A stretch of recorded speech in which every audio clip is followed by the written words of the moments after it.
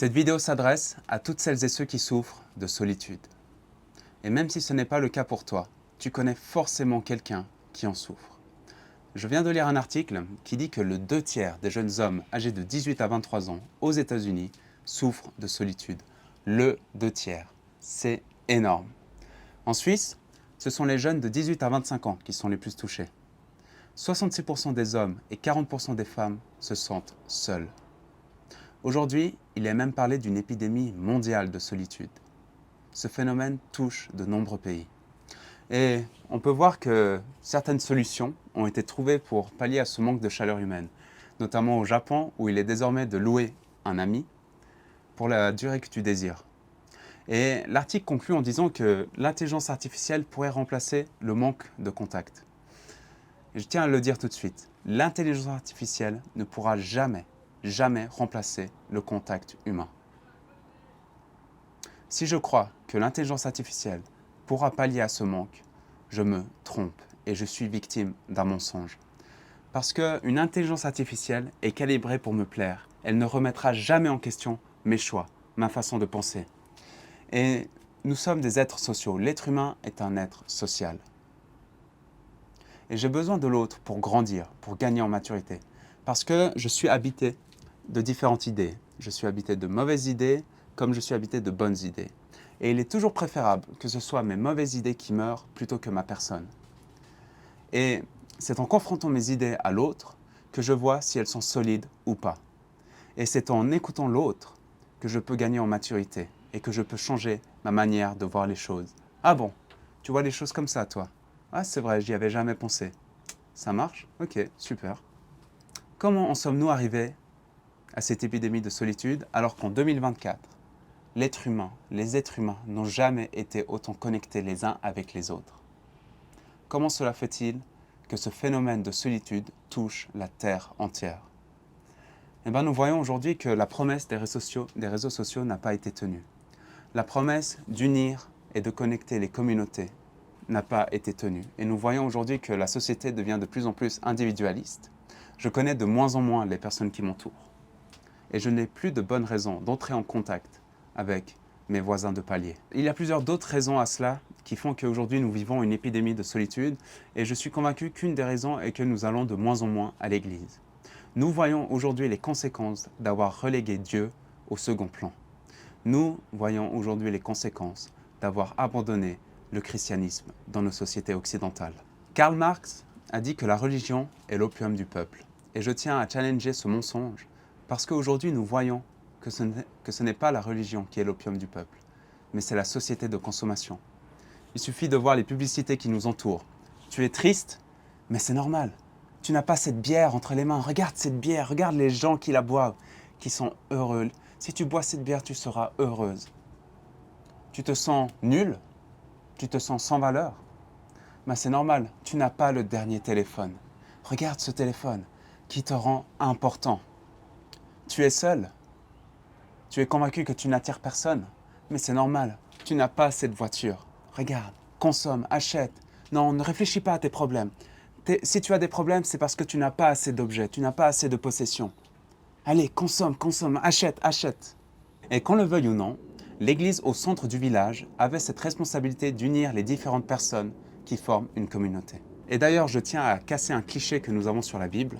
La Bible n'est pas juste un livre de morale. Ce livre t'explique comment la réalité fonctionne. En lisant ce livre, je vais trouver comment avoir une vie épanouie, authentique et accomplie.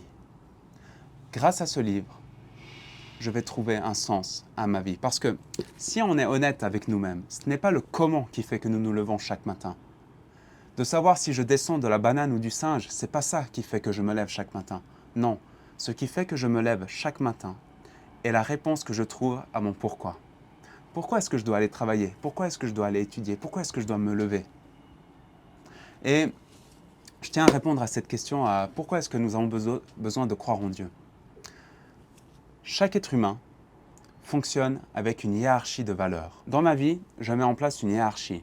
Et ce que je place à la tête de cette hiérarchie devient mon Dieu. Si par exemple je décide de mettre mon corps à la première place dans ma vie, eh ben, je serai prêt à sacrifier des relations qui m'empêchent par exemple d'aller à la salle de sport. je serais prêt à sacrifier des moments. Parce que par exemple, si on m'invite à aller à un restaurant et que je ne veux pas y aller parce que j'ai peur de prendre du poids, parce que là-bas je vais manger des choses qui ne sont pas bonnes pour mon corps, je suis prêt à sacrifier mon argent pour acheter des produits pour avoir le corps parfait, le corps idéal. Je vais sacrifier mon temps pour passer du temps à la salle de sport. Et voilà, je serai prêt à faire d'autres sacrifices. Et pourquoi est-ce qu'il faut que je mette Dieu, un Dieu tout-puissant, transcendant, à la première place dans ma vie? Et c'est parce que si je mets autre chose à la première place dans ma vie, je ne serai jamais contenté. Je serai toujours déçu. Parce que mon corps ne peut pas résister aux ravages du temps. Que je le veuille ou non, mon corps va vieillir. Et mon corps...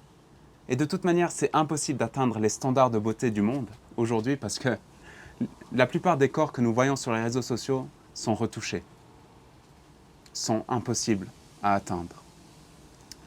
Et encore une fois, je ne dis pas que ce n'est pas bien de prendre soin de son corps, mais ce n'est pas le bien suprême. C'est un bien, mais il n'a pas à avoir la première place dans notre vie. Si je ne mets pas la bonne chose à la première place dans ma vie, je risque de vivre une vie douloureuse et confuse. Et dans la Bible, il est écrit que j'ai la responsabilité de prendre soin des gens qui m'entourent. Par exemple, dans le chapitre 5 du livre de Matthieu, à partir du verset 23, il est écrit « Si donc tu présentes ton offrande vers l'autel et que là tu te souviennes que ton frère a quelque chose contre toi, laisse ton offrande devant l'autel et va d'abord te réconcilier avec ton frère. Puis viens présenter ton offrande. J'ai le devoir de demander pardon à ceux à qui j'ai fait du mal. » Un autre passage dans la Bible me dit à quel point je ne suis pas seul. Matthieu chapitre 22, à partir du verset 36. « Maître, quel est le plus grand commandement de la loi ?» Jésus lui répondit, « Tu aimeras le Seigneur ton Dieu de tout ton cœur, de toute ton âme et de toute ta pensée. C'est le premier commandement et le plus grand. Et voici le deuxième qui lui est semblable. Tu aimeras ton prochain comme toi-même. De ces deux commandements dépendent toute la loi et les prophètes. Si je dois retenir deux choses de la Bible, ce sont ces deux commandements. Tu aimeras le Seigneur ton Dieu de tout ton cœur, de toute ton âme et de toute ta pensée. » Donc tu mettras Dieu à la première place dans ta vie. Et tu aimeras ton prochain comme toi-même. La Bible me dit que je ne suis pas seul sur terre. Il y a des personnes qui m'entourent et je dois respect, amour et dignité envers ces personnes. Et donc voilà, la Bible me dit que je ne suis pas seul. Et je tiens maintenant à apprendre les différentes promesses que Dieu a pour toi. Toi qui souffres de solitude, sache que Dieu est avec toi. Tu n'es pas seul dans cette souffrance. Par exemple, dans le livre des Psaumes, au chapitre 34, au verset 19, « L'Éternel est près de ceux qui ont le cœur brisé, et il sauve ceux dont l'esprit est abattu. » Psaume chapitre 27, au verset 9, « Tu es mon secours, ne me laisse pas, ne m'abandonne pas, Dieu de mon salut. Même si mon père et ma mère viennent à m'abandonner, l'Éternel m'accueillera. » Et on pourrait se poser la question de pourquoi est-ce qu'un Dieu autosuffisant, tout-puissant, s'intéresse autant à des êtres humains qui ont une vie si éphémère?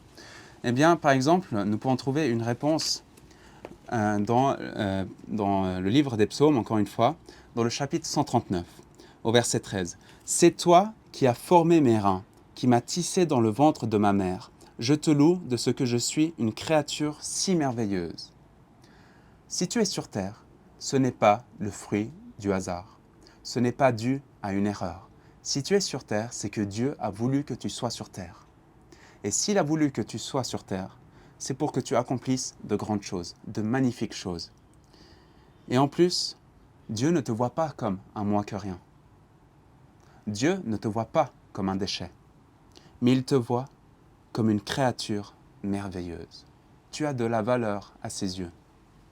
Et je continue plus loin, au verset 16. « Je n'étais encore qu'une masse informe, mais tes yeux me voyaient, et sur ton livre étaient inscrits tous les jours qui m'étaient destinés, avant qu'un seul d'entre eux n'existe. » Dieu voit le potentiel qui est en toi. Tu as un potentiel immense en toi. Même si tu es convaincu que tu es bon à rien, ce n'est pas le cas. Ce n'est pas la réalité. Dieu aimerait cheminer avec toi pour développer ce potentiel qu'il voit, qu'il a mis en toi. Et Dieu n'a pas fait les choses à moitié. Dieu te donne une famille. Au psaume 68, par exemple, au verset 7, Dieu donne un foyer à ceux qui sont solitaires. Il délivre les prisonniers et les rend heureux. Seuls les rebelles habitent des lieux arides. Il délivre les prisonniers et les rend heureux. Nous sommes toutes et tous sous des tyrannies, que ce soit la tyrannie de notre corps, par exemple, ou bien la tyrannie des attentes des autres envers nous-mêmes. Eh bien, sache que Dieu peut t'en libérer. Et si tu persévères en mettant, par exemple, encore une fois, ton corps à la première place, en mettant à la première place dans ta vie tes possessions, eh bien, tu ne seras jamais satisfait. Tu ne seras jamais satisfait, tu habiteras toujours dans des lieux arides, tu auras toujours soif de plus.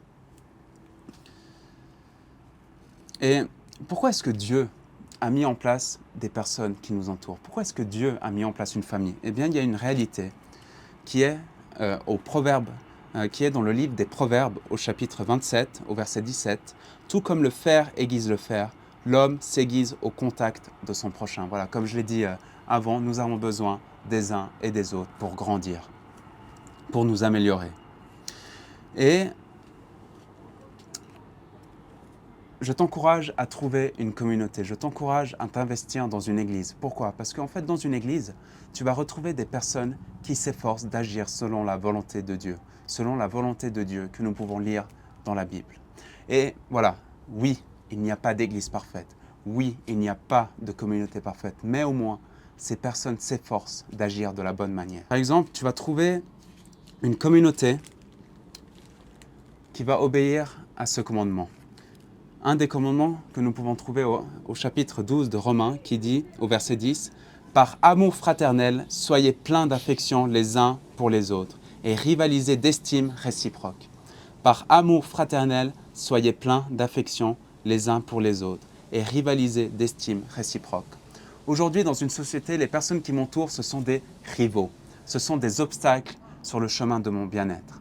Et il n'y a que dans la Bible que nous pouvons trouver, encore une fois, je le relis, rivaliser d'estime réciproque. Qu'est-ce que ça veut dire? Ça veut dire la première personne qui élève l'autre le plus haut en premier a gagné. La première personne la plus bienveillante envers les autres est celle qui gagne. Je te le promets, tu n'entendras ça nulle part ailleurs. Donc tu vas arriver dans cette communauté qui s'efforce de vivre, de rendre réel ce commandement, et bien d'autres d'ailleurs. Nous pouvons lire en Colossiens 3, au verset 23, « Tout ce que vous faites, faites-le de tout votre cœur, comme pour le Seigneur, et non pour les hommes, sachant que vous recevrez du Seigneur un héritage pour récompense. En effet, le Seigneur que vous servez, c'est Christ. Mais celui qui agit injustement recevra le salaire de son injustice, et il n'y a pas de favoritisme. » Dans la famille de Dieu, il n'y a pas de favoritisme. Tu as ta place, tu es désiré. Et donc, si je suis gentil avec toi, ce n'est pas pour faire plaisir aux autres, mais c'est pour faire plaisir à Dieu, à celui qui a voulu que je sois sur terre, à celui qui m'aime. Il y a un autre verset dans la Bible qui dit que Dieu connaît exactement le nombre de cheveux que tu as sur la tête. En Hébreux 13, à partir du verset 5, « Que votre conduite ne soit pas guidée par l'amour de l'argent. Contentez-vous de ce que vous avez. En effet, Dieu lui-même a dit, « Je ne te délaisserai pas, et je ne t'abandonnerai jamais. » C'est donc avec assurance que nous pouvons dire « Le Seigneur est mon secours, je n'aurai peur de rien. Que peut me faire un homme ?» Contentez-vous de ce que vous avez. Nous vivons dans une société où nous sommes des éternels insatisfaits. Dieu nous aide à nous contenter de ce que nous avons. Une autre chose qui m'aide énormément est de savoir que mes objectifs sont liés à mes pensées. Par exemple, si je veux organiser mes finances, mais que je suis habité par des pensées d'amertume, de ressentiment, ou bien que j'ai une basse estime de moi-même, eh bien, il y a plusieurs expériences qui montrent que je serai plus apte à dépenser de manière compulsive pour pallier à ces sentiments négatifs qui m'habitent. Et pratiquer le christianisme me permet de me débarrasser de ces pensées qui me ralentissent plus qu'autre chose. En mettant en pratique ce que Dieu m'enseigne dans la Bible, eh bien, je me débarrasse de ces mensonges et je peux embrasser ce que Dieu a prévu pour moi. Et c'est pour cela que nous prions, Seigneur, place-moi sur la bonne voie. Voilà, j'espère que cette vidéo t'aura aidé. Je prie pour que tu puisses trouver une communauté dans laquelle tu puisses t'y investir. Et c'est très important parce qu'aujourd'hui, des études montrent que plus je suis centré sur moi-même et plus j'ai des chances de déprimer. Il est important que je puisse trouver des responsabilités qui font que je sorte de moi-même, qui font que toute mon attention ne soit plus dirigée sur moi-même, mais sur quelque chose d'autre, afin que je puisse m'épanouir et grandir.